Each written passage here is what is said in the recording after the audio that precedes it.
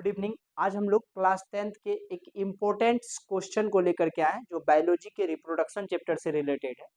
यह क्वेश्चन कई बार पूछा गया है, 2 नंबर में इस क्वेश्चन को पूछा जाता है, इसलिए आप इस क्वेश्चन को इस वीडियो को अंतिम तक देखिएगा जिससे 2 नंबर आपके पॉकेट में बंद हो जाए। मात्र 2-3 मिनट का यह वीडियो है जो आपको 2 नंबर दिलाने के लिए जाएगा।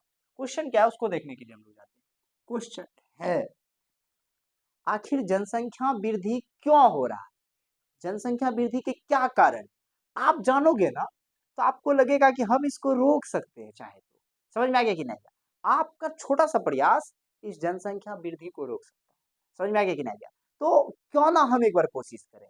लेकिन बाय द वे आपको लग रहा है एक मेरे प्रयास करने से जनसंख्या वृद्धि रुक जाएगा तो संभव नहीं, लेकिन ऐसा हो सकता है, बस आपको करने की आवश्यकता है। समझ में आ गया कि नहीं? इसलिए आज हम लोग देखेंगे जो किस प्रकार से इसको किया जा सकता है। कहता है जनसंख्या वृद्धि के निम्न कारण इस प्रकार है। जनसंख्या जो वृद्धि हो रहा है ना उसका कारण इस प्रकार से। सबसे पहला और सबसे खतरनाक कारण जो है वह कारण है कम उम्र में विवाह का हो जाना। एक बात याद रख लीजिएगा, जब भी कम उम्र में शादी होगा ना तो जनसंख्या अनियमित रहेगा।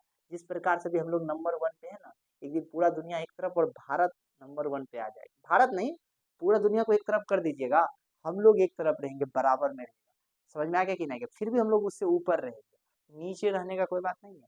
पता है अभी 150 करोड़ क्रॉस कर गए हम लोग, है ना? पूरा दुनिया में भी नंबर 1 है, हम लोग को सब जानता है। भारत को ऐसा कोई जगह नहीं होगा नहीं जानता होगा जनसंख्या में। समझ में आ गया कि नहीं? तो जब कम उम्र में विवाह रुकेगा ना, स्वाभाविक है अपने। अब एक बात बताइए, समझिएगा और आप एक चीज देखिएगा, जो कि जहाँ पे जैसे किसी का शादी 25-26 साल में हो रहा है, ठीक है?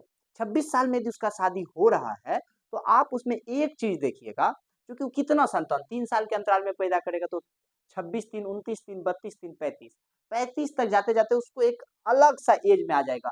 3 से ज्यादा कर ही नहीं पाएगा। उसको लगेगा जो अब हमको ये सब आवश्यकता नहीं है, बस 3 संतान। और जब भी संतान को पैदा कीजिएगा तो 3 साल का अंतराल होना चाहिए एक संतान से दूसरे संतान के बीच। वह संतान हर एक चीज से स्वस्थ होता है, मस्त होता है, बुलंद होता है। समझ में आ गया कि नहीं? गया तो जनसंख्या वृद्धि का सबसे पहला यदि कोई कारण है तो वह कारण है कम उम्र में विवाह। अब कोई आदमी 16 साल में विवाह कर लेता है, 15 में कर लेता है, 15 के बाद पता है उसका एक अंतराल चलने लगता है, 1.5 साल 2-2 साल में संतान की प्राप्ति करता है। अब देखिए 16 से 18, 18 से 20, 20 से 22, 22 से 24, दवाई का झोला लेकर के लाइन बाजार, पटना हॉस्पिटल सब जगह दौड़ते रहता है, कुछ नहीं, पूरा जीवन परेशान रहता है।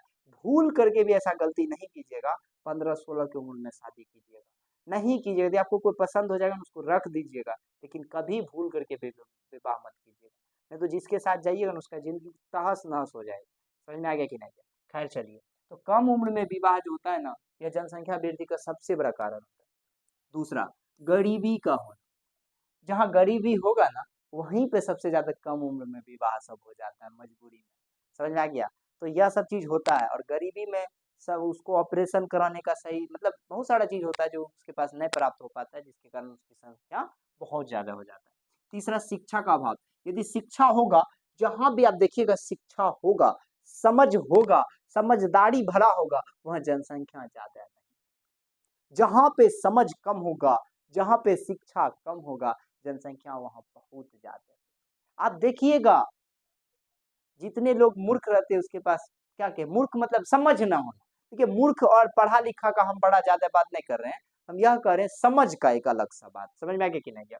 तो शिक्षा का, यौन शिक्षा का अभाव होना।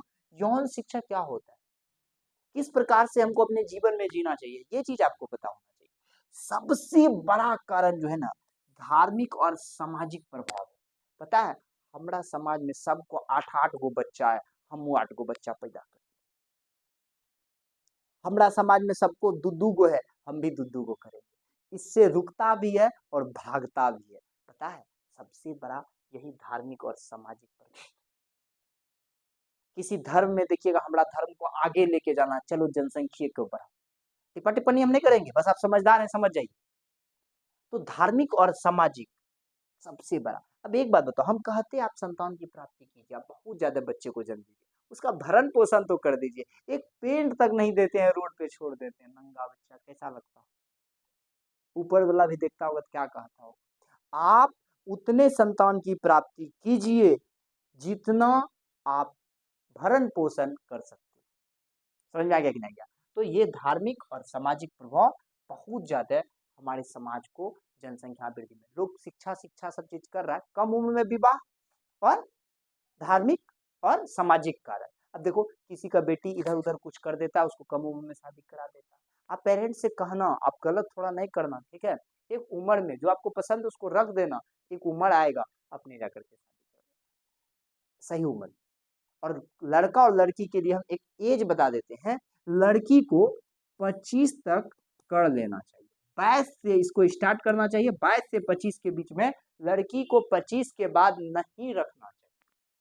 ये मेरा मानना, बात समझ में आ रहा है कि नहीं? ये मेरा मानना है और इसको मानिए आप भी। कोई पढ़ा लिखा जो भी चीज है उसको 20 से 25 में, 22 से 25 के बीच आप उसको एक सेटलमेंट परिवार ढूंढ करके दीजिए। यदि नहीं दे रहे हैं तो वहां पे आप गलत। शादी का सबसे बेस्ट लड़की के लिए उम्र है 22 से 25। यदि आप नहीं दे पा रहे हो, या तो आप असक्षम हो या आप उसके जीवन में कुछ हुड़दंग मचाने का प्रयास कर रहे हो। लड़का का जो एज है 25 से 30, मैक्सिमम एज हो गया 30। अब आधा जिंदगी, अब 60 साल का उम्र है, आधा जिंदगी, या नहीं करो, छोड़ दो, मत करो, बन जाओ बाबा योगी, बहुत सारा चीज है। लेकिन महिला में लड़की का विवाह का एक सटीक उम्र है 25 और लड़का का है 25 से 30 के बीच, इससे ज्यादा नहीं। कुछ भी है करो, देखिएगा ना आप 30 के बाद आपके गांव में लड़का को जब देखने आता कहता वो लड़का का उम्र थोड़ा सा ज्यादा लग रहा है, थोड़ा सा कम रहता ना तब कम, क्या आप छटवा देंगे? हाँ, आजकल अपना बिहार में सरकारी